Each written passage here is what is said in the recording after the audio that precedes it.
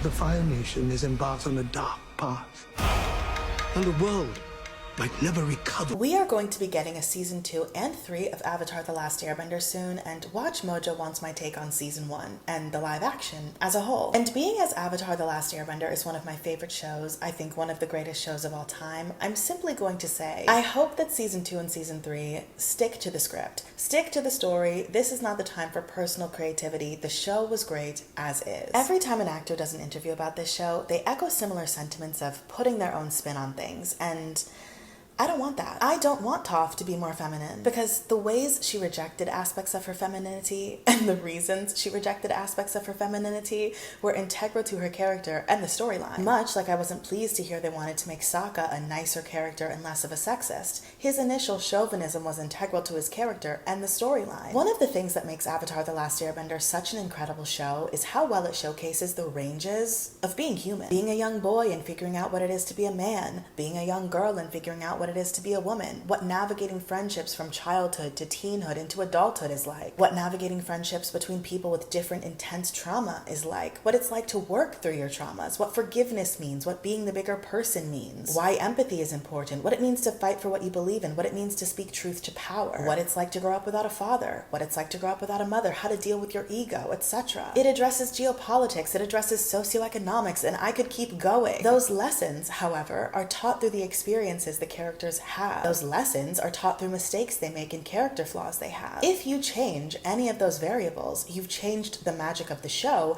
you've changed the lessons. I feel like actors and actresses putting their own creative spin on things is for roles where the character doesn't exist already. You're not bringing a character to life through your eyes. The characters from Avatar already exist. All we need you to do is act like them on screen.